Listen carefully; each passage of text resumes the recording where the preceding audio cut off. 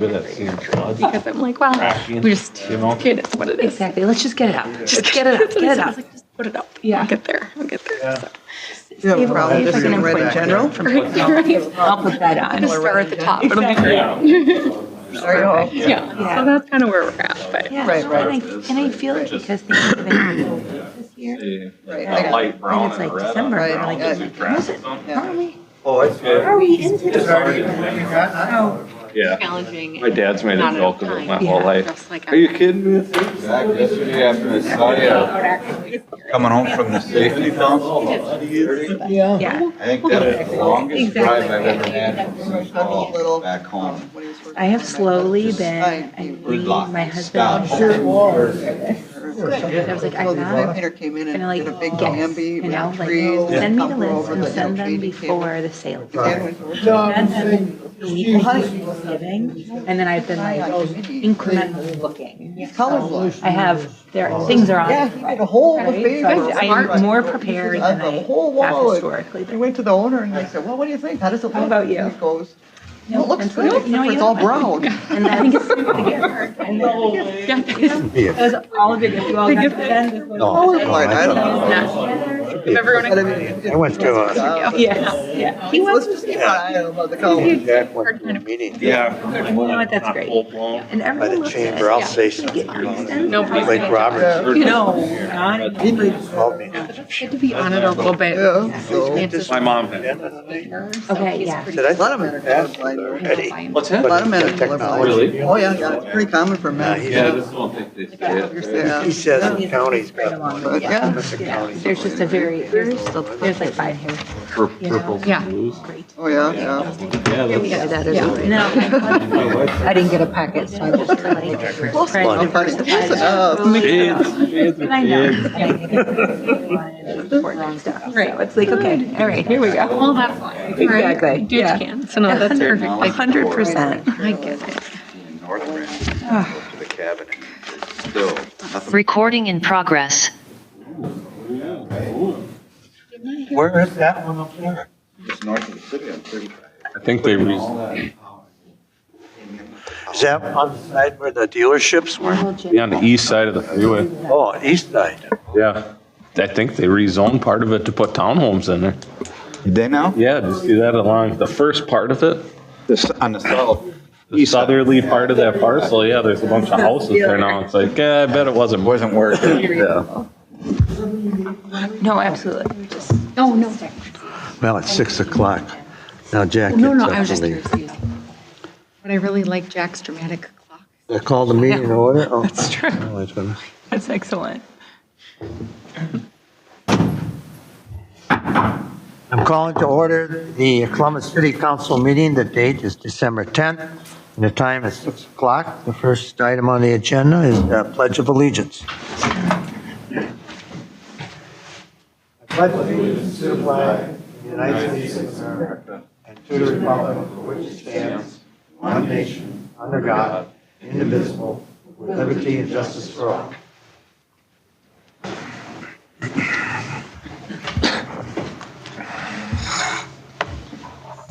We have to make the adoption of the agenda. Anybody want to make a motion? This is Scott. I move to approve the agenda for the December 10th, 2025 city council meeting. Rob, I'll second. We got a motion, it's been seconded. Is there any other discussion? Any questions? Hearing none, we'll vote on it. Jenny? Jenny, I. Scott, aye. Karen, I. Rob, aye. And Ron, aye. The motion passes. We'll go to item B, which is the consent agenda. Somebody want to make a motion on that? It's Jenny, I can make a motion. I, Jenny, move to approve the consent agenda for December 10th, 2025, city council meeting. Do we have a second? This is Karen, I'll second that motion. We have any discussion on it? Hearing none, we'll take a vote. Jenny? Jenny, I. Scott, aye. Karen, I. Rob, aye. And Ron, aye. The motion passes. We'll go on to item number C, presentations and items for the council's action. All right, first item is public forum. Is there anybody out in the public wants to come up and make a statement? Seeing none? Is there anybody online on Zoom that wants to participate in the open forum?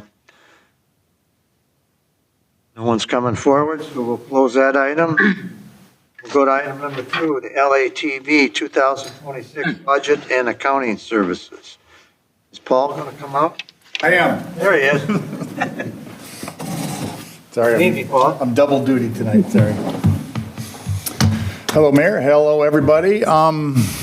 I can do a recap of kind of what we do and what the year looks like, but it was kind of all in the cover letter I sent. If there's any questions you'd like to ask. Otherwise, we can just go right to the budget if you want. I'll leave it up to you guys. I feel like I come and say the same thing every year, so. Good with going to the budget, if everyone else is?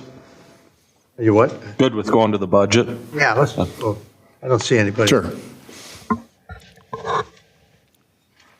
And so let me see, let me pull up, I didn't put that in the presentation. You have the cover letter I sent you? Cover letter? Yeah. Yes. So just kind of the summary of everything we're doing here. We're continuing to expand our streaming. That's our biggest viewership for stuff. We've upgraded our productions on all that quite a bit. Our video on demand, that being said, the video on demand may or may not go away next year just because the cost of it is about $8,000 just for that one thing. And we're also on YouTube. So they'll still be able to access everything online. But as you see in the budget, we are in the red every year. We have to make that up with production services. And that just every year as subscribers go down will become more and more. So we're looking to just kind of eliminate whatever expenses we can. So that one, I'm looking at ways that your council meetings will still be very easy to find. We still have chapter menus and the YouTube links, but the actual page with the agenda and all that, I may be able to find sponsorships to cover that some way. Scott was telling me that is a favorite of people. He hears people say that they like that part of how easy it is to find meetings. So I would love to keep it. I've spent a lot of time making that work.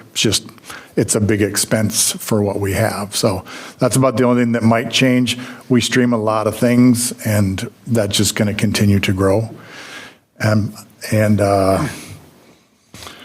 Working the same with students and teachers. This week, I actually had a teacher reach out to me to come help students with recording their audio for a performance they're going to do in the auditorium. And I work with them a lot.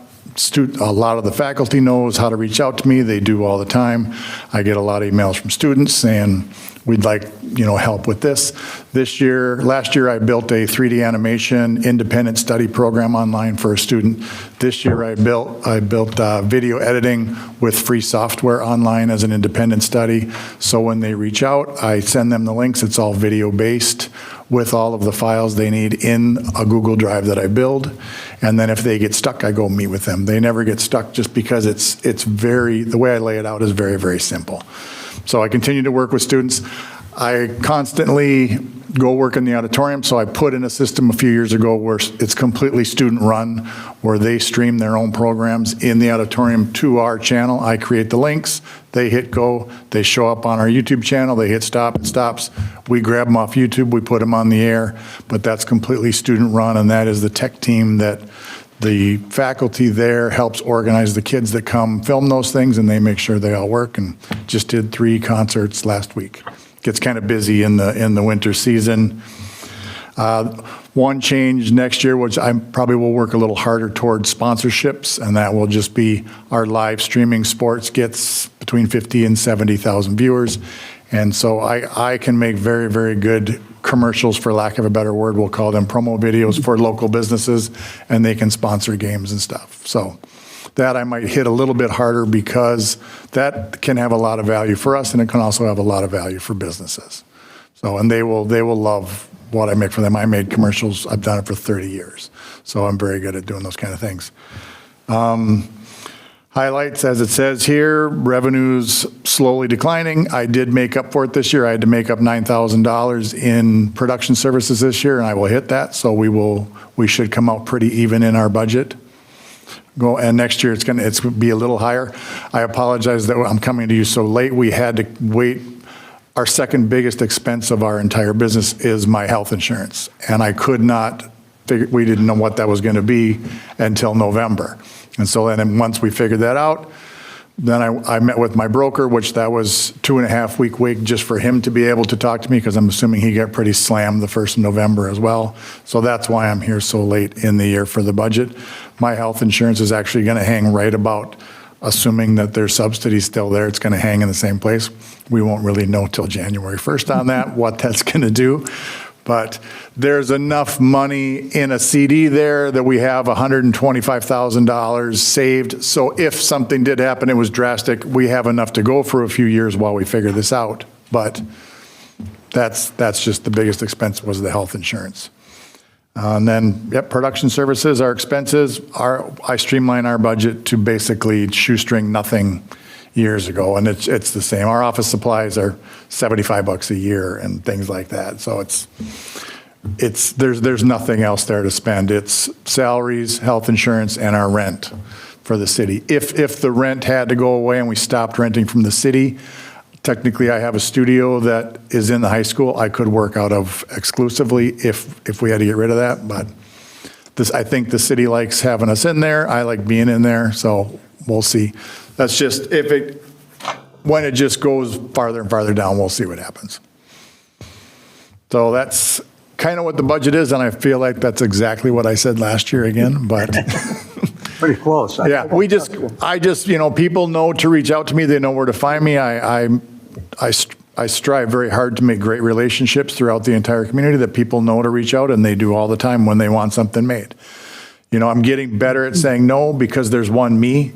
And a few years ago, I tried to please everybody, and there was a lot of things got shot and sat in the can just because there wasn't enough time. So I'm getting better also at just telling people that's a cool event, but nobody's going to watch that. If you want to tell a story about it, we can do it this way, and we can get thousands of people to watch it. I can just go cover it the way you're saying, and 6 people will watch it. So I'm getting better at knowing YouTube and the analytics help us track a lot at who watches what and why.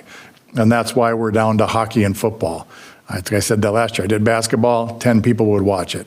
Our hockey games, 1,500 people watch them. Our football games, we had 9,000 people watch a game last year. So I was one of them. yeah, I gotta ask. I know you're going to ask me about the final game of the season this year. Well, not the final.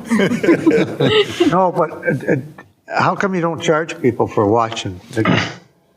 We tried it through NSPN last year, and the game before we ran through them, we had, I want to say, 4,500 people watch, and the game we ran it through them and people had to pay, we had 80 people watch. And to me, that wasn't worth the drop.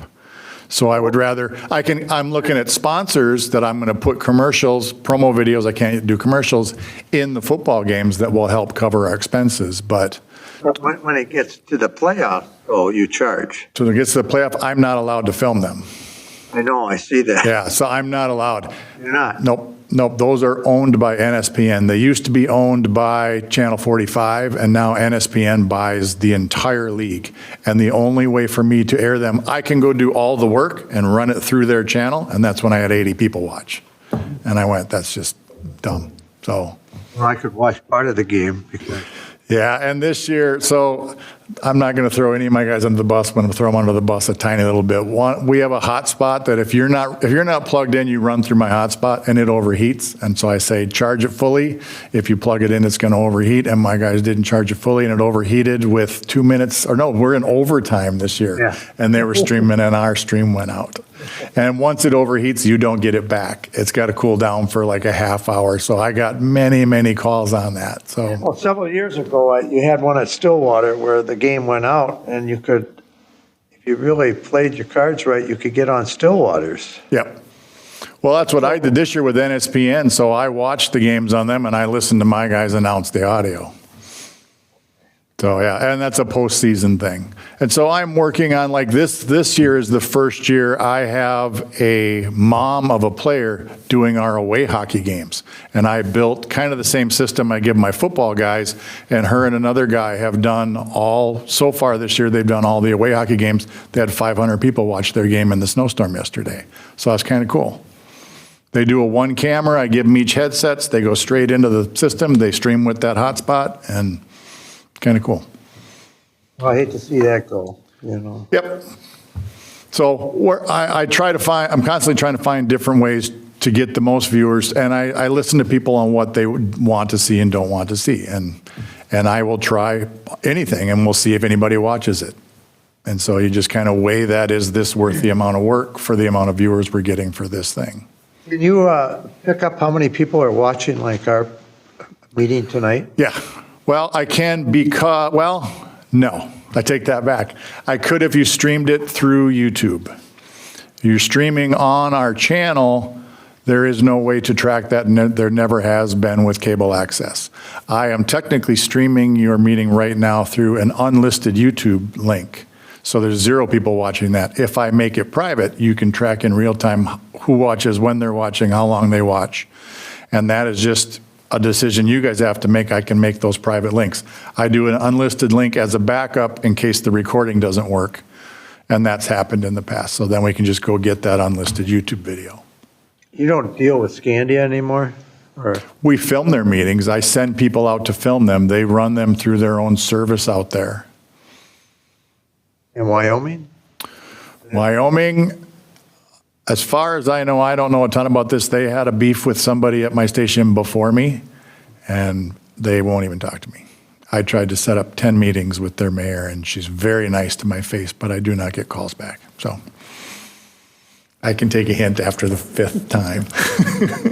Because I came and I'm like, I'm going to fix this. I can do this. And no, they didn't want to do it. So they're happy with what they do.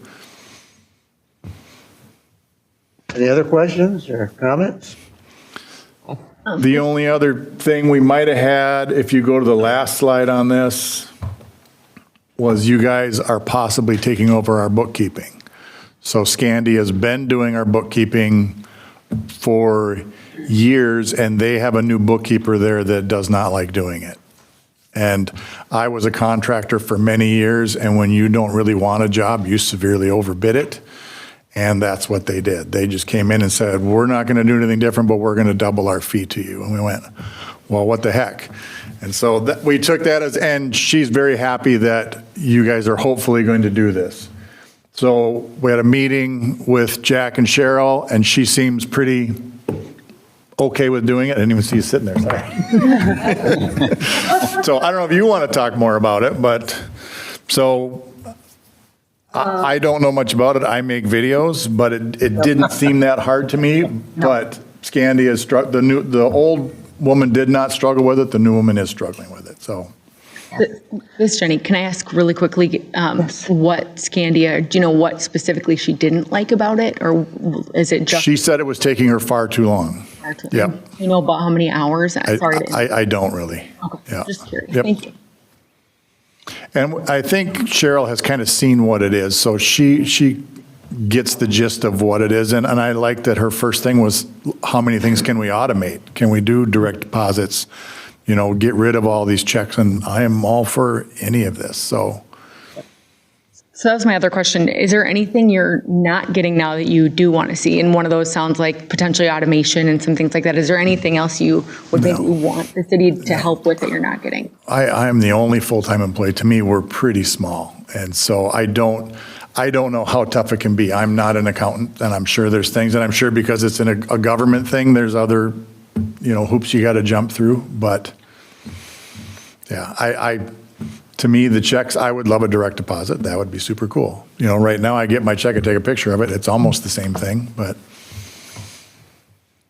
So anything you see, I don't know. I CC'd you on an email today that Veronica had, but. Yes, I saw that. Yeah.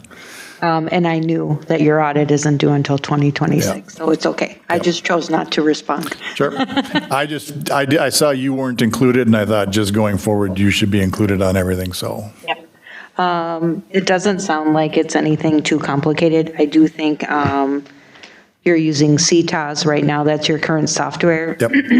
I would continue to use that for at least 1 year, and then we would look at migrating over to something different, or I would have an opportunity to speak with Hugh, our programmer at Banyan, to see how we could just incorporate the Cable Commission into our software, if there was a way to break that out. The direct deposit, that's an easy peasy. That's not going to take us very long, and that will eliminate a lot of the delay. A lot of it is going to be switching over ownership. So I will have to request and gain access to their IRS accounts, the Minnesota Department of Revenue accounts, their para account, their banking, their unemployment, their workers' comp, earn safe and sick time, Minnesota paid leave. So I'm hoping that Veronica reaches out to me because she needs to schedule a meeting with me as soon as possible. Okay. Because those will take time, just to get all of that switched over to us here. And we don't want to lag in that, because we have to pay all of those things on time. Yep. So a lot of it is just going to be changing it to us. We're going to go through an entire year, and then we're going to see the direct deposit is going to happen immediately, but then we'll see what we can do with software to try to make things a little bit easier and more efficient, so it doesn't take up a lot of time. I'm going to revise my previous statement. If there was anything I would like, yes, we aren't required by the state to do an audit every 2 years, but it was requested by the last mayor of Forest Lake that we do an audit every 2 years. The way the state is for cable access TV stations is they suggest every 5 years. And I bring that up because our audit this last year was $12,000, which is a pretty big chunk out of our budget. And Cheryl said she might even have options that may be cheaper. She wasn't sure, but she had some suggestions we could try. So that I would love if we could find, even if there's a policies and procedures we can do in the meantime and do one full audit every 5 years or something, great. Just something to reduce that, because that's a pretty big hit to us, so. This is Karen. I was going to say, just looking at your balance sheet, yeah, 12,000 is way too much money. Yep. And I actually last year reached out to 3 or 4 different companies, and they all said the same thing. And it was 8. And I asked our auditor why, and he just said, cost of living. I got to pay my guys more, so I'm charging you more. And he was very unapologetic about it, so. Well, I might have a connection there for you. Okay. I know it's probably different. I also run Chisago Lakes TV, and the audit is wrapped right into their books. They include ours right when they do their audits. Our money goes right out into theirs. However, they have 0 employees. I am listed as a private subcontractor through them, so that's probably why they can do that. So.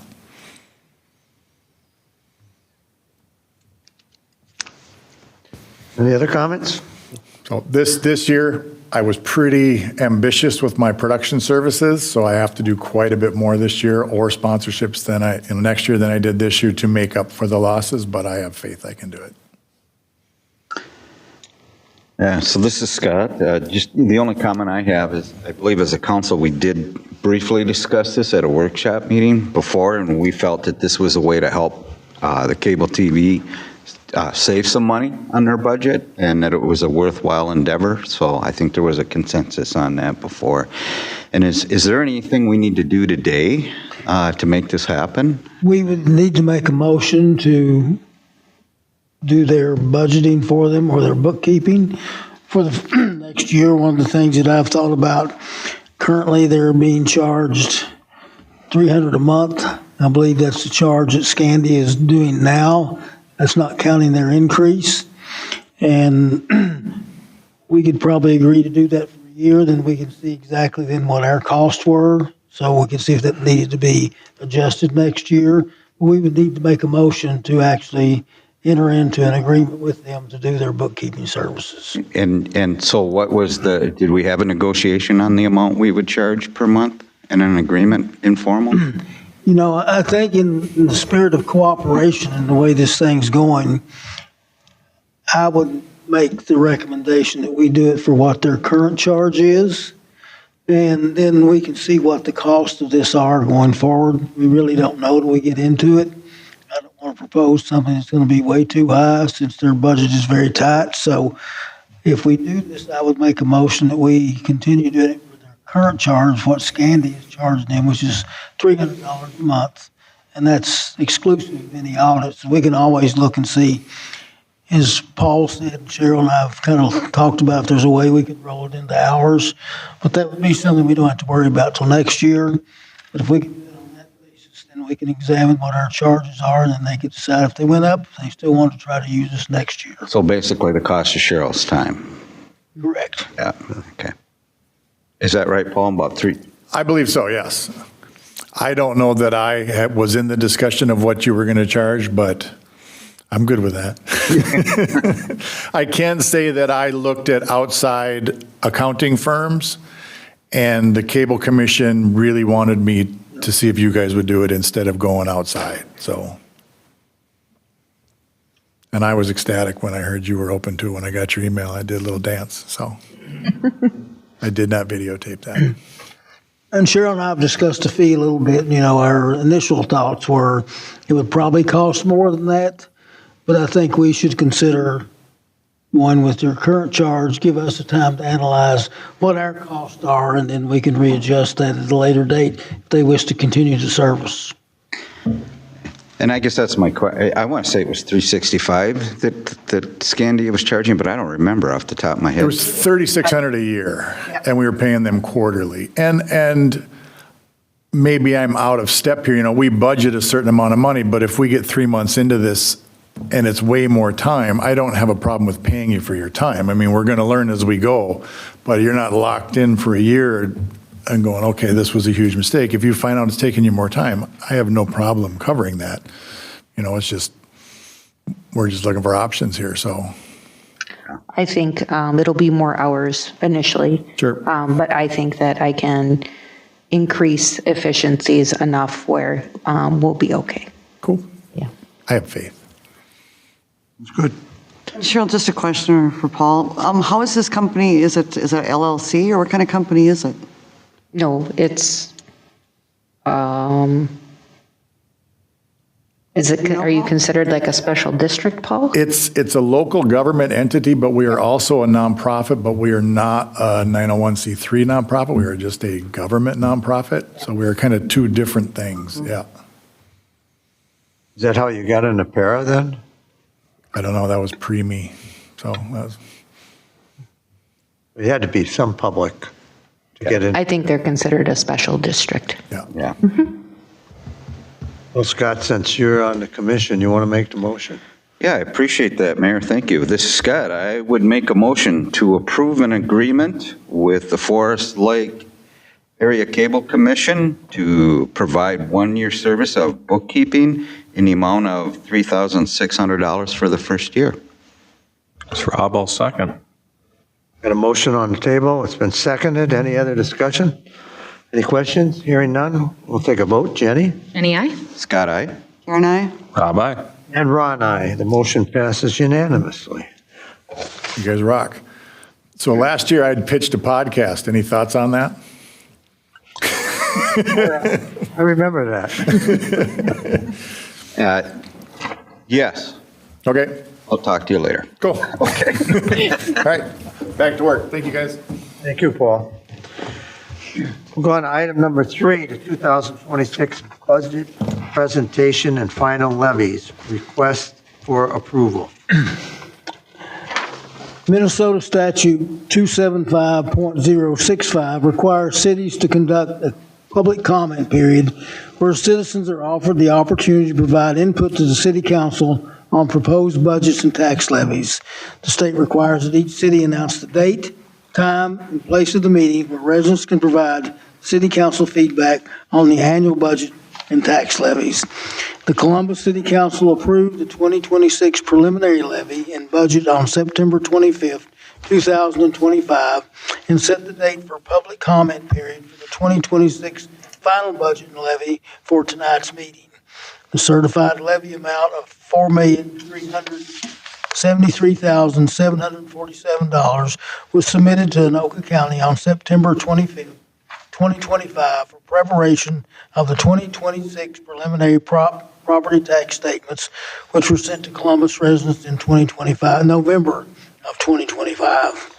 The specific meeting date of December 10th is also listed on the parcel-specific notices for proposed 2026 taxes that taxpayers received in November from Anoka County. The preliminary budget general fund summary is as follows. The 2026 City of Columbus preliminary budget for the general fund levy was set at $4,373,747.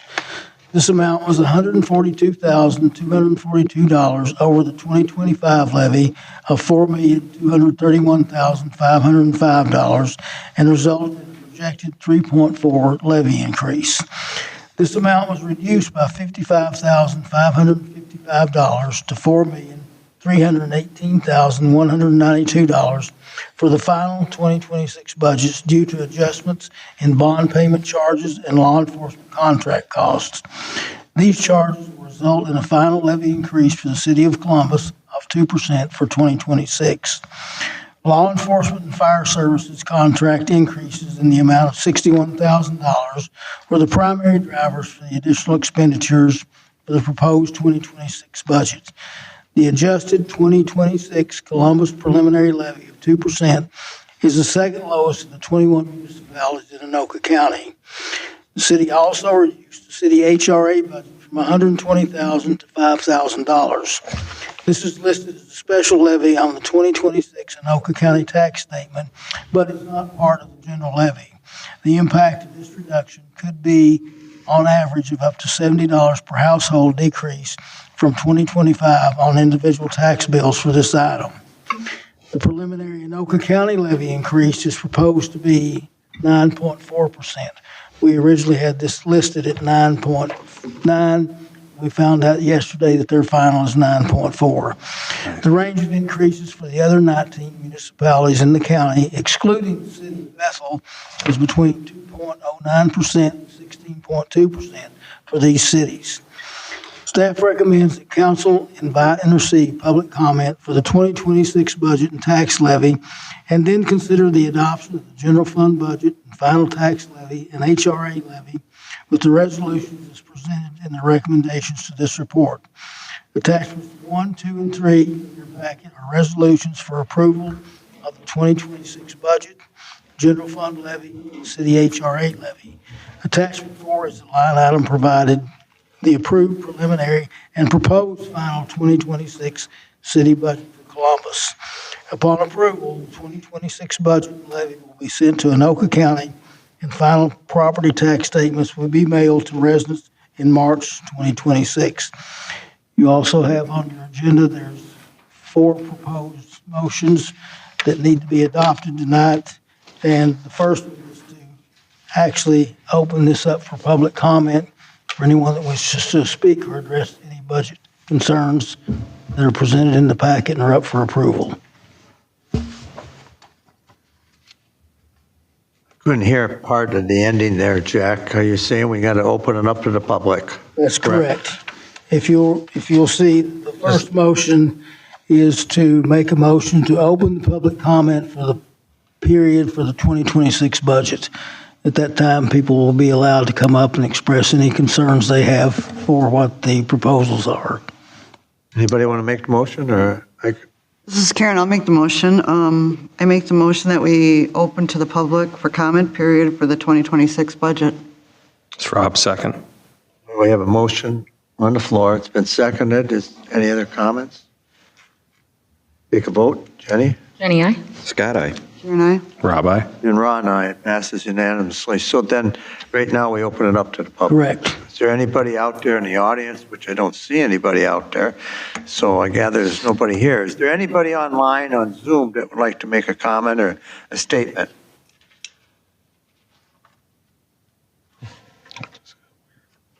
Hearing nothing, we'll close that.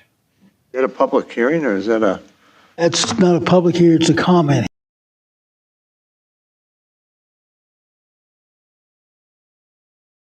In 25-20, a resolution to approve the final 2026 budget as the resolution reads in your package. Okay, I'll make that motion. I, Ron Hanegraaff, make the motion to move to approve Resolution 25-20, a resolution to approve the final 2026 budget. This is Jenny, I second. We got a motion on the floor. It's been seconded. Any other discussion, comments? Hearing none. Jenny? Jenny, aye. Scott, aye. Karen, aye. Rob, aye. And Ron, aye. Motion number 2 passes unanimously. Motion number 3 is a resolution 2521, a resolution approving the 2026 preliminary tax levy for property taxes collectible in 2026. Okay, Ron Hanegraaff, move to approve Resolution 25-21, a resolution approving the 2026 preliminary tax levy for property taxes collectible in 2026. Rob will second. We have a motion that's been seconded. Any other discussion, comments? Hearing none. Jenny? Jenny, aye. Scott, aye. Karen, aye. Rob, aye. And Ron, aye. The motion passes unanimously. And the final requested motion is Resolution 2522, a resolution approving the final 2026 Housing and Redevelopment Authority property tax levy and budget. Good. I'll read this one. I, Ron Hanegraaff, move to approve Resolution 25-22, a resolution approving the final 2026 Housing and Redevelopment Authority property tax and budget. Scott, I'll second.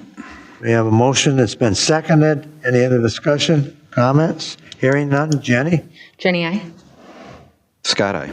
Karen, aye. Rob, aye. And Ron, aye. The motion passes unanimously.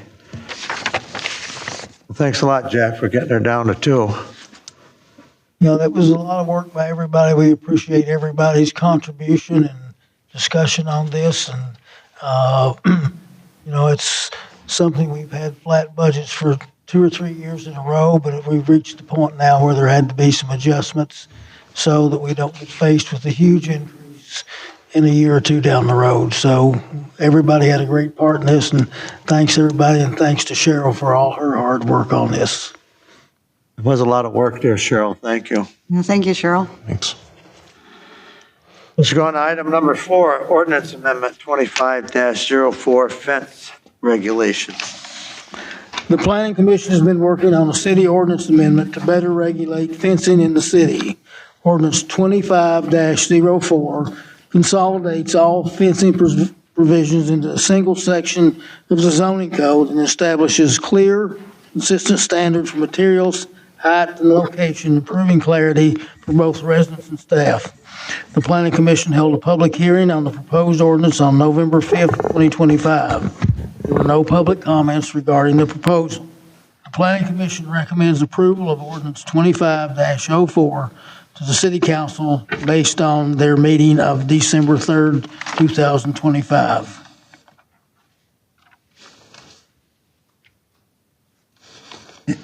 Jack, the only adjustment was that one on section 7A806 there, D. Is that the only addition that was made on this adjustment to this ordinance? The item D is the adjustment, that's correct.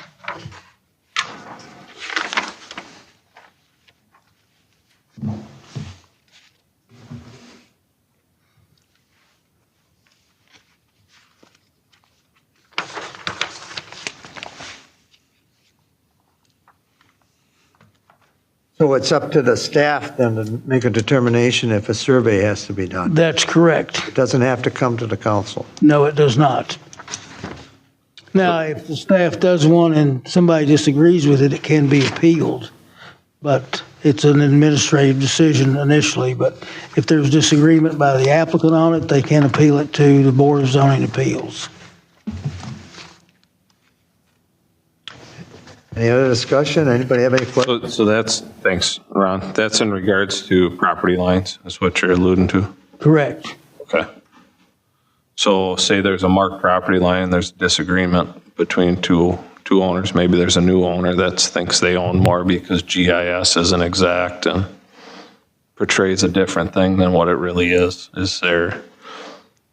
Can the neighbor come and speak? Is there going to be a public open forum or something of that nature? Well, in that case, staff would say a survey is required to establish the exact location of that line, so there'll be no question about it. So if said neighbor questions the applicant, there's automatically going to have to be a survey. That's correct. Gotcha. But if they apply and neighbor doesn't say anything, they're good to go, Correct. per se. Okay. Yeah, the surveys are spendy. So, Yes. I got a question on this, then, I'd probably go to Megan. So we pass this ordinance, and the two neighbors say, yeah, I think that's the line, and they put it down, and it's not the line. 5 years, like, someone sells a house, comes back, is the city liable for anything on that? No, so I think that there's also a distinction here. So a fencing contractor or the ultimate property owner is going to take responsibility in the permitting process of saying that this is where the fence line is intended to be. It's compliant with the code, and what we're saying is that your staff, if there is no objection, if it appears to be reasonable based upon GIS and sort of the overall placement of the fence, that there's no reason to add an additional $5,000 to $7,000 in surveying costs to install those fences.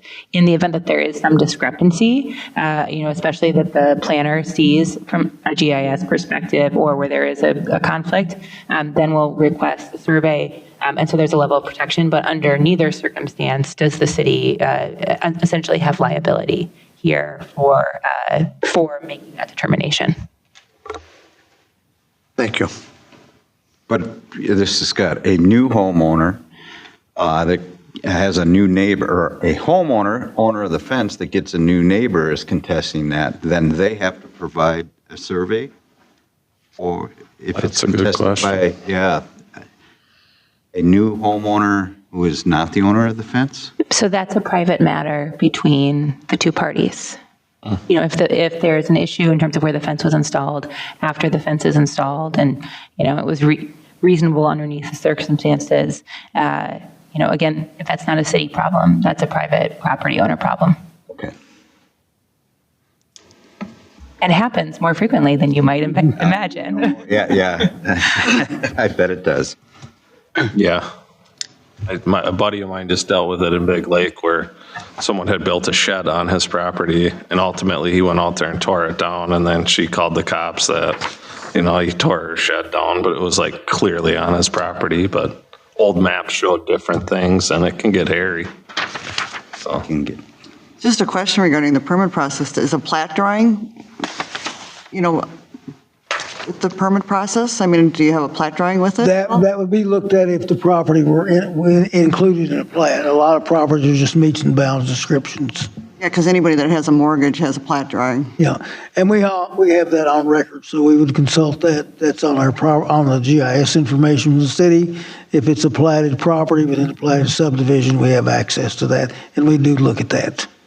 And if it's the homeowner that's applying for the permit, how do you know that they're going to respect the variance between the two owners?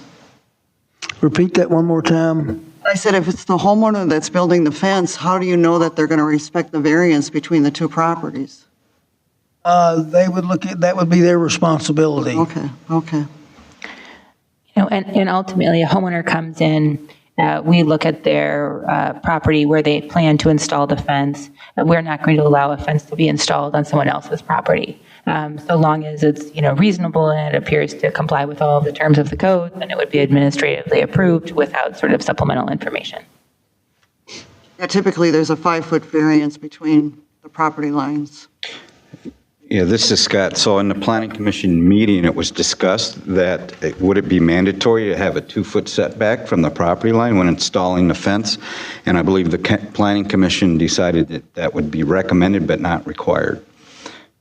Certainly, if the city council feels differently, we can make that change to the ordinance. And typically, those setback recommendations and are generally not requirements. Now, some cities do have them, but the ones that I've been associated with, most of them are recommendations, and they're required that mostly so you can maintain the fence from your own property. So this is Jenny. My parents have dealt with this with a neighbor actually down the road, and they would have to take them to civil court. The fence was built over the property line. I know some of the property plugs were dug out overnight and some things like that, and sheriffs were involved and all that. So I know that, again, it becomes a civil issue personally, in seeing all of that, I would recommend setback requirements just because I think it provides a safety mechanism. But that's just only in seeing a personal situation relating to this. But again, having it as a recommendation and not requirement is perfectly fine as well. Can I ask you a question, Jenny? You mean that the pin markers were pulled out? Yeah, and the sheriff was called over it and became a far greater issue than originally planned. But yes, it was built, they ran a string from front to back, and with some grading and some different things, they ran it around a tree and ran it on my parents' side instead of in, and so the fence actually goes like this. And so it became very complicated, but it was built while they were gone. And so for what that is, I've seen the good, the bad, and the ugly, and what this can look like. And so now you have neighbors that just don't speak. So again, that's only in seeing how bad it can get, but that's just my personal recommendation. So you do have a provision in here, Mr. Mayor, members of council, that allows the fence to be placed along a property line, provided no physical damage of any kind results to the abutting property, and the abutting property owner provides written consent. So perhaps the solution here is that it's either a 2-foot setback if that's the desire of the city council, or they receive adjoining property owner consent so that everyone's on the same page. And if there is a discrepancy, then a survey could be completed. Ms. Jenny, would that written consent be a form provided by the city, or would they have to handwrite some kind of letter or something to that effect? That was one of my questions. We don't have a form. We could develop a form for them to sign, though.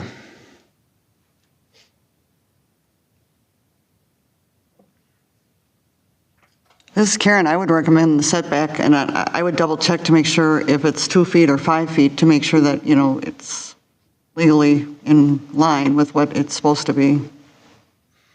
And to the issue that Jenny mentioned on the alteration of pin locations, that's not as uncommon as you might think. Well, you know, when you have a 2-foot setback, I'm just thinking you can't take a lawnmower. That's and then you come up with the issue that the property owner, the adjoining property owner, is not going to allow access for you to cross his property to maintain that strip. We've seen that happen before too. So that's one of the issues there. But it does allow you then to actually maintain the fence as far as be painting or any repairs and still be on your own property and not have to get permission from the adjoining property.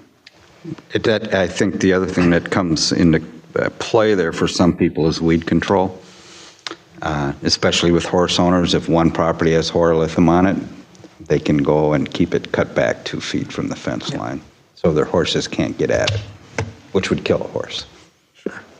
That's, I think, another reason for that 2-foot setback.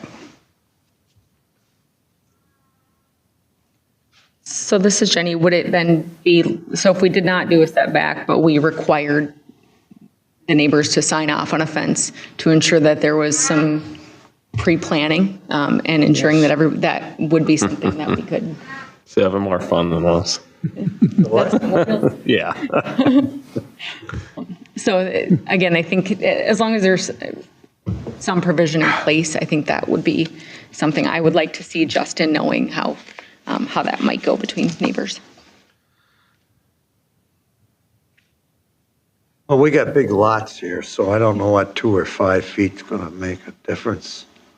I mean, I mean, you spin it this way too, though. You give 2 feet on one side. Now that other owner thinks that's their property because they're mowing up to the fence, and there's another disagreement, you know?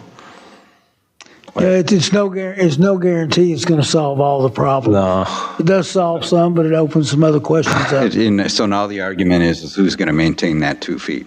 Right. Yeah, I'm good either way on it. I am too. And if you want to make a motion, either way.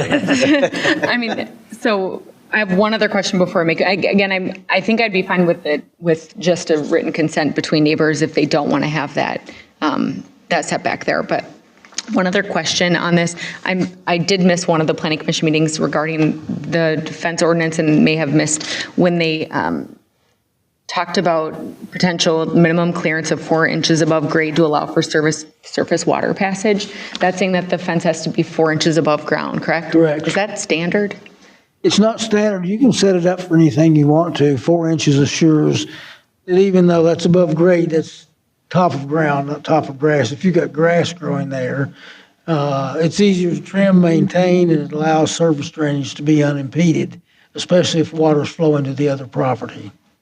You can set it any standard you want to. 4 inches is probably one that ensures you don't have any issues. 2 or 3 inches could be acceptable also.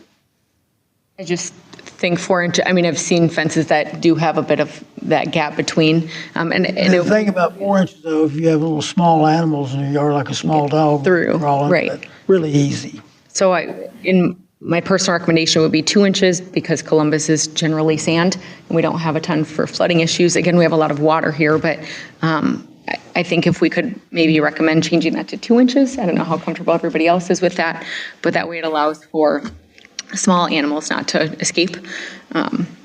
And then my other question, I apologize, is under E, Section D, relating to mason and stone walls only being a maximum of 4 feet high instead of 6 like any other material would be. Do you know why that was changed as well? I'm not sure, other than the fact that it may block some views, especially if you're around lakefront property. Sometimes that becomes an issue where you build a solid, even if it's a solid fence. We've had neighbors complain, well, it's disturbing the view shed. So other than that, I'm not exactly sure what the reasoning was behind that.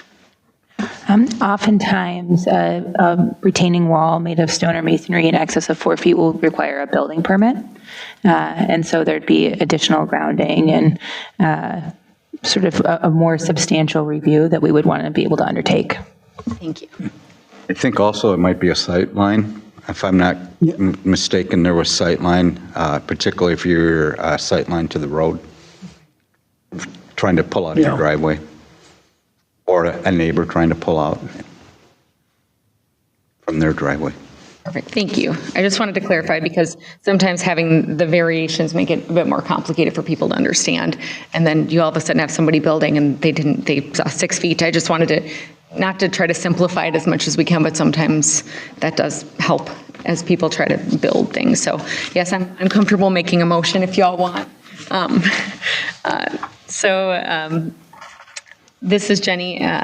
I move that the City Council approve the amendments to Ordinance 25-04 with the changes as noted that the fence shall not restrict drainage, but the maximum clearance be 2 inches above grade, as well as notwithstanding any other provisions as noted in red, to the contrary, a property survey is not required for the zoning permit application, but the zoning administrator may require it when the property line is not clearly defined. And recommend that the city, as recommended by the Planning Commission at their December 3rd, 2025 meeting. Can I clarify, is that minimum clearance for the bottom or maximum clearance? Maximum? Maximum, Minimum clearance of 2 inches. minimum clearance, 2 inches, You yeah. have to at least have 2 inches. Are we going to add the setback or no? Oh, this is Jenny, with a change to ensure that neighbors have a written consent, or that the property owner has written consent from adjoining neighbors as well. I apologize for making this complicated. Would you like this just to be tabled and this presented to you in that form at the next meeting? Yeah. Yeah, Yeah, we can, I think that would be better. To Then we update can- everything yeah, as then we can see according- okay. that everything's been presented as you propose. Anybody have any changes or things that you don't agree with what I said? I just want to make sure that, is there anything else we need to talk about with it? No, okay. And Megan, is there any way that you can check on that setback if between the properties? Is it 2 feet, 5 feet? Can you check on that for us? Absolutely, happy to do so. okay, so we're going to table item number 4, excuse me, and we're going to go to item number 5. Lake Drive and Kettle River Roundabout Detour Plan. You need a motion to table that? Yeah. Yeah. We need a motion. This is Rob, a motion to table this discussion until the next meeting. This is Jenny, I second. It's item number 4. Any discussion? Hearing none. Jenny, you want to start off? Jenny, aye. Scott, aye. Karen, aye. Rob, aye. And Ron, aye. Now we'll go on to item number 5. The Anoka County Highway Department is finalizing the planning and preparation for the Lake Drive Kettle River Boulevard Roundabout project. Representatives from the County Highway Department have presented multiple updates on the project, as well as the proposed detour routes for the construction phases of the work. One of the proposed detour routes includes Camp 3 Road between Lake Drive and Potomac Street. For use of this section as a part of the detour route, the Highway Department is proposing a $50,000 contribution to the city towards the cost of rehabilitation of this section of Camp 3 Road. This street is already scheduled for improvements in the city 2026-2027 road plan, and these additional funds would offset a portion of the city cost for that project. The Highway Department has indicated they are willing to prohibit truck travel over the Camp 3 segment of the detour and implement a traffic control plan that will be mutually acceptable for both parties. The Highway Department anticipates that the use of the Camp 3 detour will save approximately a month of construction time. The normal procedure for county highway projects is the use of county roads for the entirety of the detour route. However, in the case of this project, incorporating the Camp 3 road segment in the detour plan will reduce the distance to the I-35-129 exit by 5.6 miles. The Camp 3 segment will be used regardless of the detour route selected, as the majority of traffic is local, and this shortcut is well known by those who travel these roads. City Council is requested to endorse the use of the Camp 3 Road detour for the Lake Drive Kettle River Boulevard Roundabout project in exchange for the $50,000 appropriation for the rehabilitation of the Camp 3 Road. This is, we had a discussion on this. We kind of came to a consensus, if I'm right. Any other discussion? I'll read the motion then. I, Ron Hanegraaff, move to approve the use of Camp 3 Road Detour Plan for the Lake Drive Kettle River Boulevard Roundabout Project as recommended by the Anoka County Highway Department, including a mutual agreeable traffic control plan and a $50,000 appropriations to the City of Columbus for the rehabilitation of Camp 3 Road. Scott, I'll second. We got a motion. It's been seconded. Any other discussions? Yeah, this is Rob. Do we have to have anything in there about truck traffic? That'll be part of that traffic control plan, Okay. and they've agreed to restrict traffic control or truck traffic on that section of Camp 3. Great. So major truck traffic will have to go north to Broadway and around. Okay, thank you. I just wanted to make sure that was covered. Any other comments? With that, it was seconded by Scott, right? Yeah. Okay, we'll take a vote. Jenny? Jenny, aye. Scott, aye. Karen, aye. Rob, aye. And Ron, aye. Item number 6 passes unanimously. We'll go on to item number 7. Minnesota Technology Corridor Cooperative Agreement. What about number 6, Mr. Mayor? Huh? You want to do number 6? Oh, the nuisance, I'm sorry. Yep, you're right. Item number 6 is nuisance abatement, 1632 Cornell Street.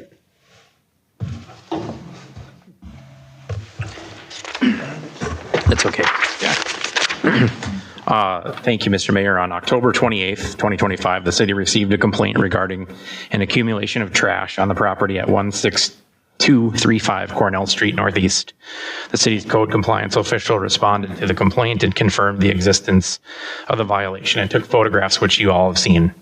Returning later in the day with an Anoka County deputy, our code compliance officer made contact with Stephanie Kirkpatrick at the residence. The violations were explained to Ms. Kirkpatrick and that she was being given 1 week to correct the violations. Ms. Kirkpatrick acknowledged the accumulation and said that she and her son were working on picking it up and she would do her best. She also stated that during the conversation that she is estranged from her husband, Kevin Kirkpatrick, who is the owner of the property. On November 4th, 2025, Code Compliance Officer returned to 16235 Cornell Street to determine if there any corrections had been made, to which he documented that they had not been. A follow-up letter citing violations of city code was drafted and emailed to Ms. Kirkpatrick, mailed first class, and certified to Ms. Kirkpatrick at that address. On November 12th, 2025, Code Compliance Officer presented the information to City Council requesting direction. City Council directed staff to proceed with enforcement actions consistent with City Code and to report back at a subsequent meeting. This is your subsequent meeting.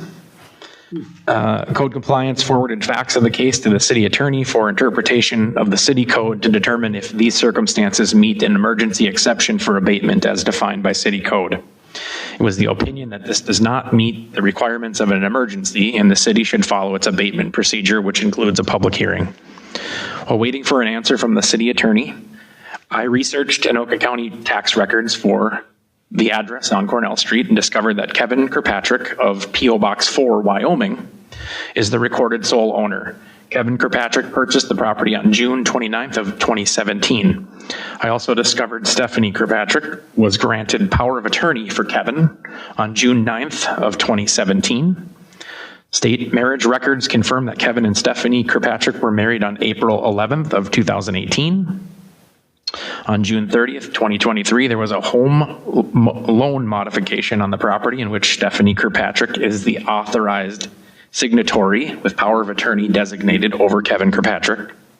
There's also an open dissolution of marriage case filed on April 16th, 2025, pending between Kevin and Stephanie Kirkpatrick. Section 5100 of the Columbus City Code defines a public nuisance as a thing or act or use of property which A, maintains, causes, or permits a condition which unreasonably annoys, injures, endangers the health, safety, comfort, or repose of any considerable number of members of the public, or offends public decency, or interferes with the use of, obstruct, or tend to obstruct or render dangerous for passage, public waterway, park, square, alley, street, or roadway. D, depreciates the value of the property of the inhabitants of the city of Columbus or considered number thereof, or in any way render inhabitants of the city of Columbus or considerable number of them insecure of life or in use of their property. Section F, does any other act or omission declared by law or this ordinance to be a public nuisance. We move on to section 5-300, public nuisances affecting health and safety and comfort. I have pulled out of the ordinance the items that I believe meet the definition. The following are declared to be public nuisances affecting health, safety, comfort, or repose.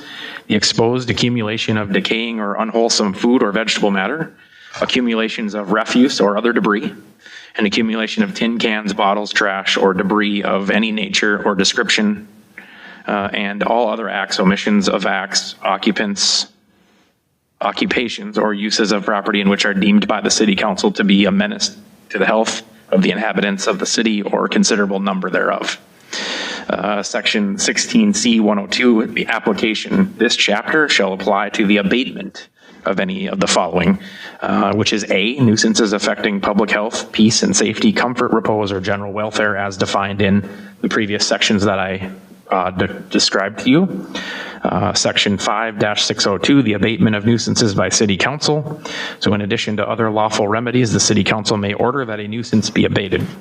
All the nuisance abatements shall be conducted in accordance with Chapter 16C of the City Code. Chapter 16C 203, the abatement order. Upon receipt of a report from a city official that the property owner has not complied with an order to perform corrective work, the city council may, after notice of the property owner and the opportunity to be heard, determine that the condition identified in the notice of the violation is a nuisance. The city council shall conduct a public hearing to receive all evidence from city officials and or the property owner in its decision to issue an abatement order. It goes on to describe what is required in the notice. I won't bore you with those details, but on November 18th, 2025, code compliance official contacted the postmaster at the Wyoming Post Office with the completion of proper paperwork to see that Kevin Kirkpatrick does receive mail at Post Office Box 4 of Wyoming. Code compliance officer drafted a public hearing notice in accordance with section 16C203 of the city code. The public hearing notice was attempted to be delivered by hand on November 18th at the address. However, after no answer, it was hand posted on the front door.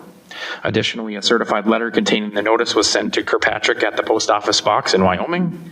However, it was returned unclaimed from the Postal Service. Due to the ownership circumstances, the notice was published in the city's official newspaper on November 27th. Staff recommends that City Council hold a public hearing and at its conclusion, declare the violations cited in accordance with Section 5 a public nuisance, order the city perform corrective work, exterior trash removal, and charge the cost, therefore, against the owner of the real property of 1623 Cornell Street.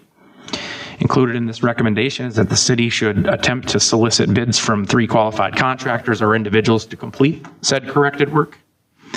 And in addition, since the circumstances does not constitute an emergency exception, and the case is a code or ordinance violation on private property, an abatement would require government entry onto private property to carry out the law. City Council should direct the city attorney to obtain an administrative search warrant for 16235 Cornell Street Northeast to allow the city to lawfully gain access to the property to complete the corrective work previously identified. I can give you a little update. Last Thursday, code compliance officer went by the property again. None of the corrections have happened, and the notice was removed off the door, and there were tracks to and from the front door as well as tracks in the driveway. So our notice was removed off of the door, on top of the other 3 attempts for notification for tonight's hearing that we attempted. This is Karen, just a question. Once that is like served to them and once we start the process and if we clean up the area or whatever, I'm guessing we would charge that person on their taxes, is that correct? So our code requires that we immediately create a bill for the service. We send it to them in the mail. Once there's non-payment of service, we then assess that to property taxes on an annual basis. Okay, With the rest of our annual assessments. okay, thank you. Here. Sure takes a lot of work. Yeah, I got a question in regards, I'm looking at these pictures. I mean, there's a trailer that it looks like there's trash heaped in. How do we go about that since that's personal property and? Yeah, the recommendation would be that the contractor remove the trash out of the trailer and we leave the trailer as long as it's legally parked on the property, so we don't have to worry about the retention of anybody's personal property that's not trash related. That we can dispose This is of. the extent of the trash though, is the pile on the top and No, what's in the trash? Is there more to it? There is more in the backyard. Sure. There's a carport. There's some under the carport. Okay. An aerial of the property in GIS, you can see there's multiple piles in the rear yard along the back of the house Oh, geez. that we didn't take pictures of when we were on site that day, making contact with the owner. Cool, I just wanted to make sure it was more than just these. Yeah, there's more there. I believe our original motion did include the backyard that Sean Yeah. applied to. Okay, I'm good.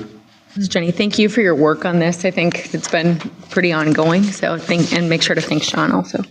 Will do. It's kind of amazing that that place could last that long and nobody said anything. Because I remember going by it a week before it was even complained about. And you could see where the dogs or some critter been pulling the garbage out of that trailer and it was all over. Please.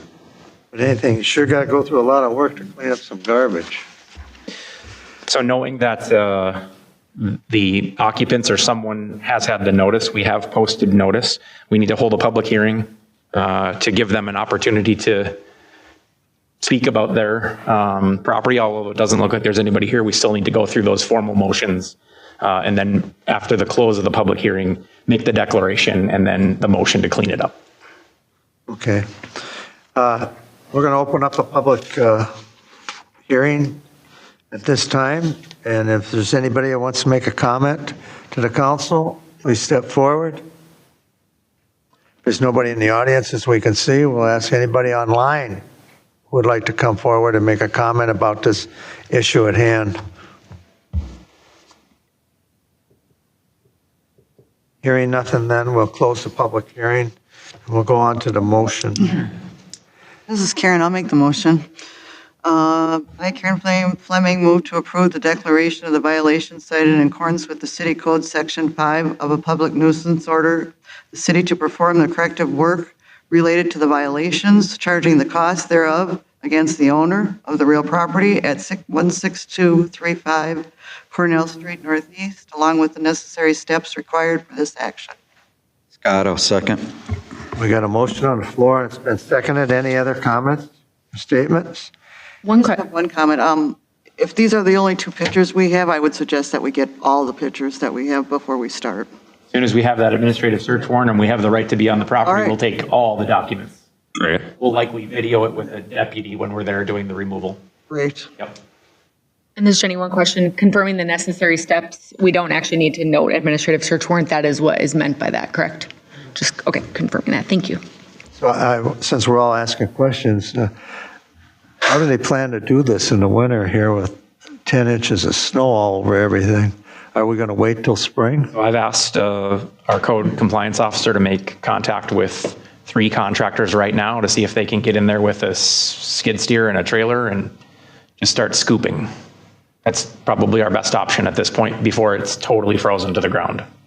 We do have it on satellite, though, all this garbage? We can see it, yeah, on the aerials. 'Cause I know in the backyard you could see the bags out there, but now they're probably covered up with snow. Well, looks good. We got any other comments? I just have one more question. With the 3 bids that we're requiring, does the council need to approve the bids before they can start, or? As long as it's under $5,000 threshold, Jack, I believe we can.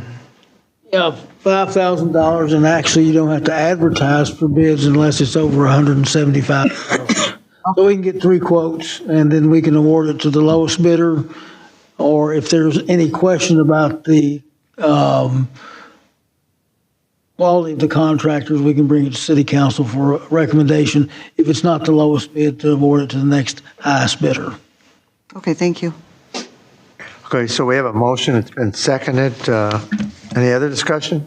Hearing none, we'll take a vote. Jenny? Jenny, aye? Scott, aye. Karen, aye. Rob, aye. And Ron, aye. The motion passes. Now we'll go on to item number 7, Minnesota Technology Corridor Cooperative Agreement.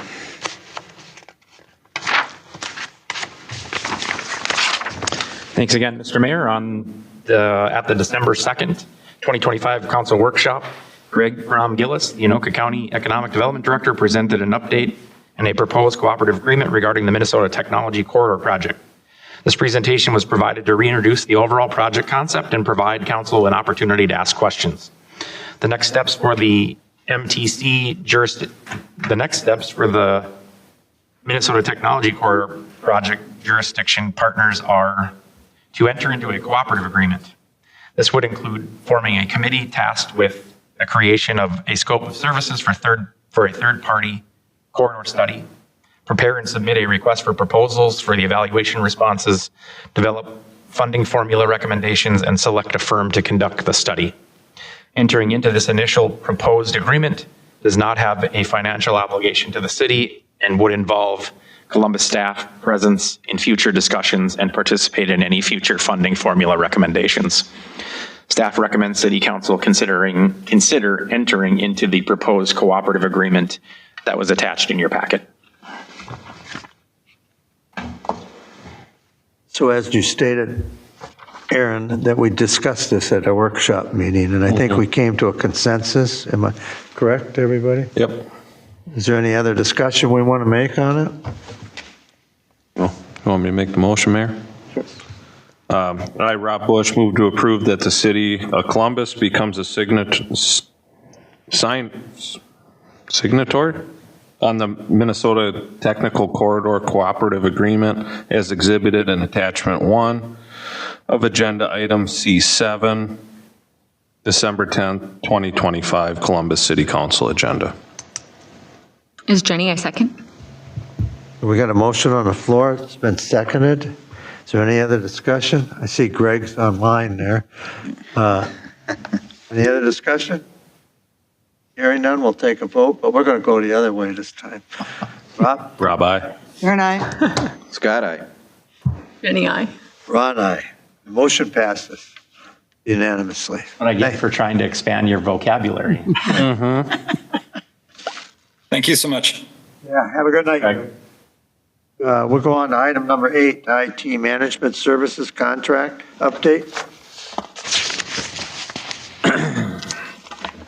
Thank you, Mr. Mayor. At the November 24th City Council meeting, with the recommendation of city staff and council approved the award of the IT services contract with Metro Sales Incorporated for an amount not to exceed $45,408.48. On December 3rd, 2025, city staff met with Metro Sales Incorporated representatives and have executed an initial service agreement to get the process of onboarding started.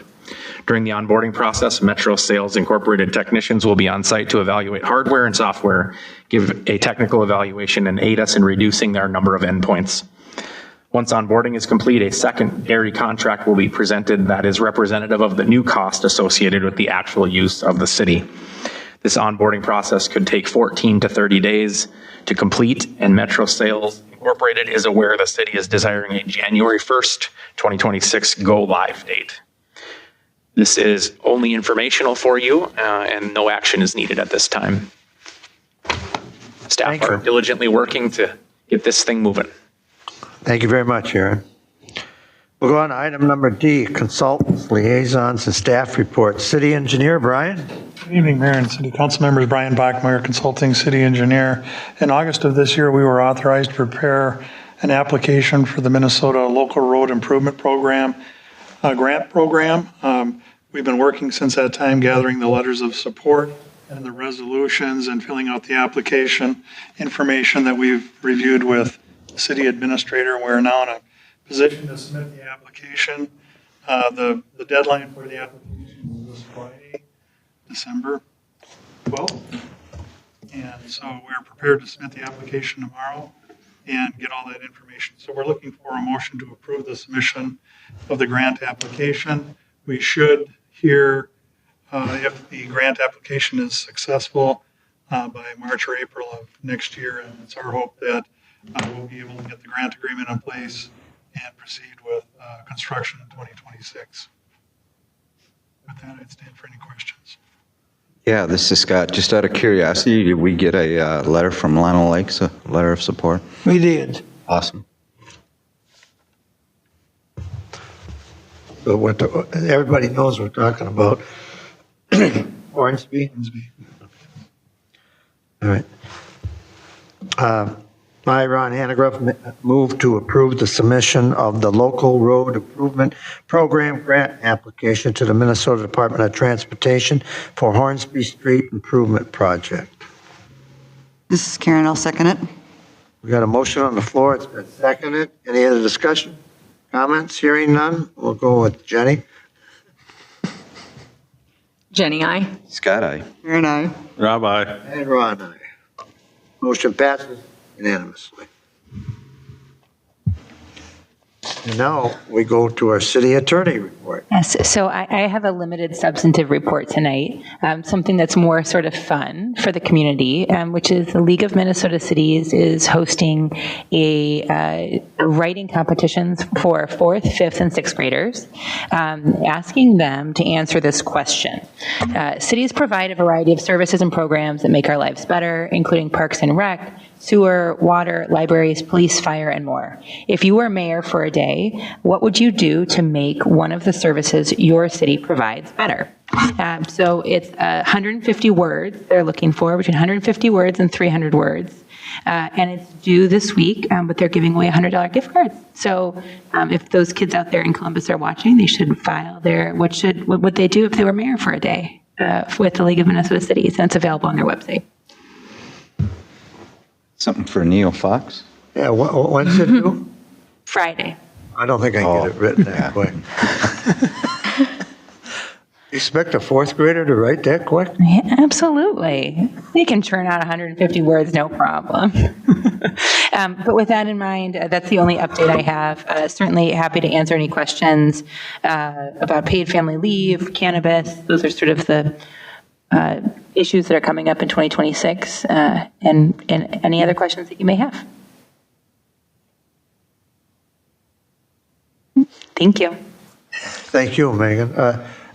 How do they, if I happen, somebody know Mr. Fox? I know him. I do. Yeah. A little late to stop and talk to him, but They do something similar if they could rule the school for the day. I think that's in 4th or 5th grade. But my daughter's a 5th grader. I'm going to let her know. If she can spread the word. There you go. that's through the League of Cities. League of Yeah, Municipalities. how do they submit it? Is it on the league? It's on the league website, it's on their front page, super easy to copy and paste right into their form. Cool. Fifth and Our sixth. grand 4th, 5th, and third 6th. graders. Yep. Just Oh, off. sorry, we're out. Well, thank you, Megan. We'll go on to the mayor and city council's report. Jenny, you have anything? Does Jenny know a report? Scott? No report, Mayor, thank you. Karen? No report. Me as well. No report, Mayor. Well, I got a little report here. Tuesday morning, me and Jack went to Forest Lake Chamber of Commerce. They had a community leadership event there, and with all the mayors that surround us, Forest Lake and Wyoming. And I just want to say that it was hosted by one of our businesses, which was Olson's Excavating and Sewer Service.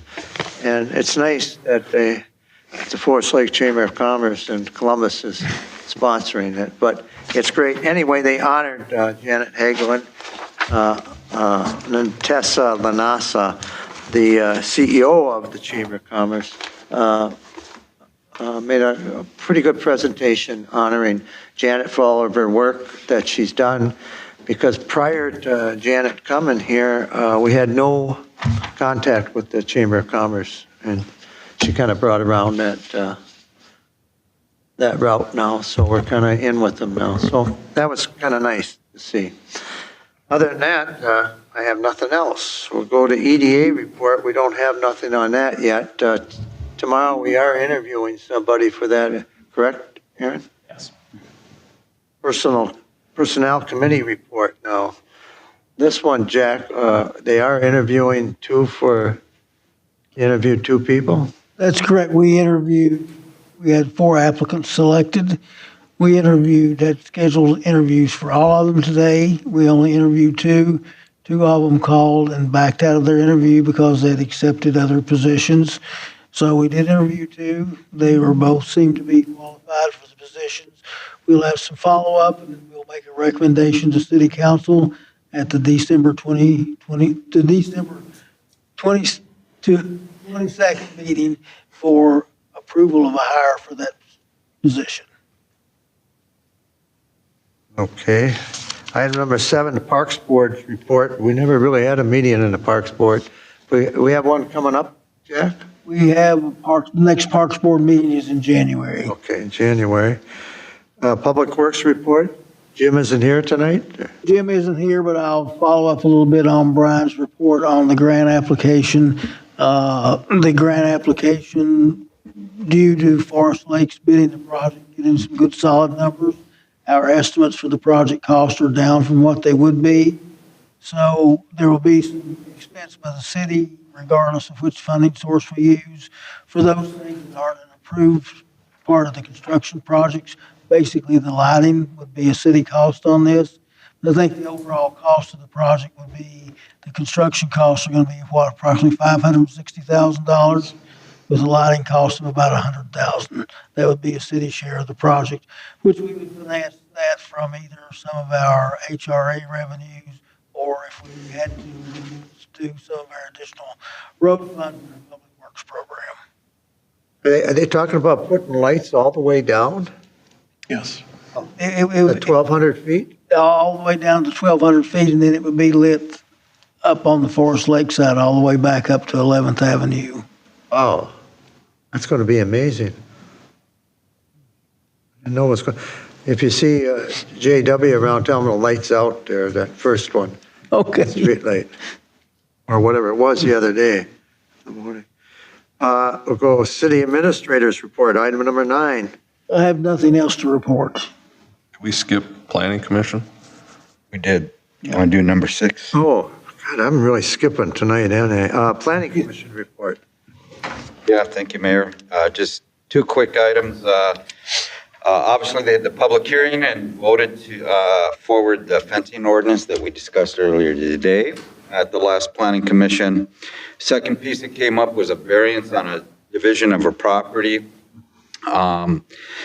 They were taking a property, dividing it into two lots, a 8.67 acre lot and a 5 acre lot. There were some questions over a current septic system and needing a variance on the width of the lot, the 5 acre lot that they'll be selling. And I believe they voted to bring that to public hearing at their next meeting. So once that's done, it'll come before us. Actually, they held the public hearing, but there's a carryover to the next meeting, and then they'll make a decision on what their recommendation is. Okay, thank you for clarifying, Jack. I appreciate that. And lastly, there was a brief discussion on frequency of planning commission meetings. So, pretty short meeting. I went to that meeting just to add something to it. We are going to interview somebody tomorrow for the planning commission.